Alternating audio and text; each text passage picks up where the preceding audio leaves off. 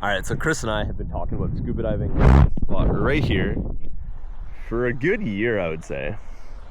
And finally convinced him to grab a tank, and yeah, we're gonna go a little bit deeper than we're used to staying at. Not deeper that we can dive, but deeper that we can comfortably stay at for a few minutes. So should be good. Lots of salmon lures here, and expect us to get a big bag load each. So yeah, let's go see what we can find. So compared to freediving, scuba diving's super challenging to get in on some of these hard spots, just because they're so much heavier.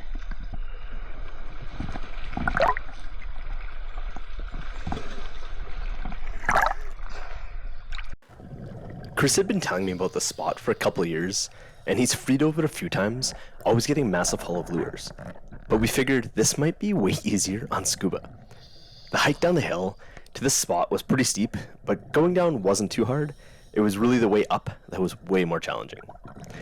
On the way up, we had not only all these lures, but our tanks and weights, so that wasn't really too fun. But as Chris was pretty new to scuba diving, this spot here was pretty perfect. It flattens out at 50 feet, and there's really no current other than some waves at the surface. So just off the edge of the cliff here, as you can see, it's just large piles of rocks where fishermen are constantly losing their lures and getting them stuck, which is the perfect territory for our mission. And I ended up getting a couple things that I wasn't expecting to find here, like at all. Who goes fishing with door handles? Like, could somebody explain that to me?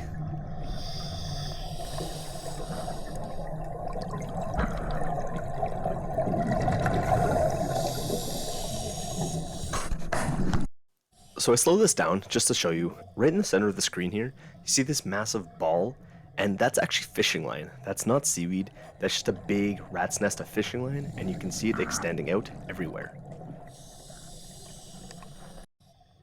And because of all the fishing line, we figured it'd be a little safer to actually do this on scuba diving, so we could actually remove all this fishing line, cutting away piece by piece, and we were really able to get a lot of it out.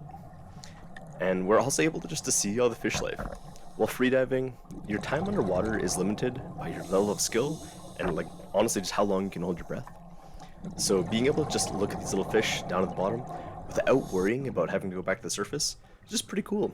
Holding down to the bottom and just letting them swim by you. You can do this while freediving, but it's not quite as easy. And I was actually surprised by the lack of care they had for the bubbles. Generally, I find fish are a little scared of the bubbles, but in this instance, they really didn't mind us being there whatsoever. Another thing that I found funny, the amount of fishing rod tops along this cliff. I think we found about 4 of them. I guess people are just casting a little bit too hard, or just dropping them when they're setting up, I guess. I'm really not too sure how you lose a fishing rod top like that.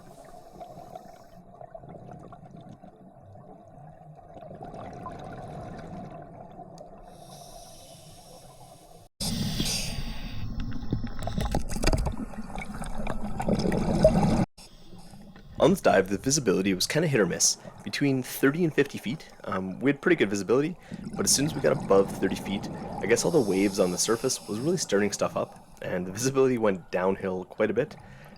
Then after 10 feet, it was actually kind of good again. It was weird. There was a line between about 20 to 30 feet that was pretty poor. But it was kind of cool to see the bait ball swimming above us here, and eventually we swam back up into it, and it's always nice to see these balls of herring swimming around, because that's really what all the salmon are all after here, and that's why this is such a successful fishing spot. And of course, we had to get a selfie, because why not?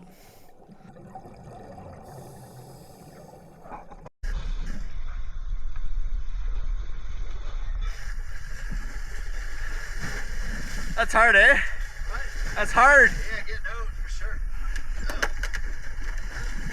Oh no. Throw one at a time.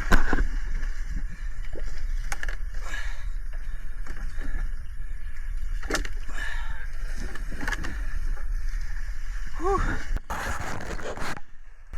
That's tricky. Almost wiped out once there. After we finished the scuba dive, we went back down for a little bit of snorkeling. We weren't really diving here, and again, you shouldn't be free diving after scuba diving, but we went right tight along the shore in the spots that the scuba diving gear would have kind of hindered us, and I actually found a brand new lure that somebody must have just dropped. And then Chris found something cool in the cave here.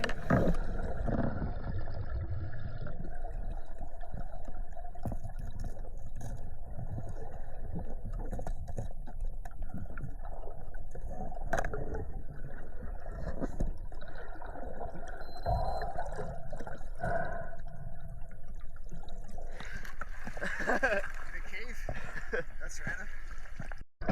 I bet whoever lost that net was pretty bummed about that one. And it was pretty funny, just along the shore here, like I said, in about 2 feet of water, there was lots of lures just hung up on little pockets that I guess people had been dropping.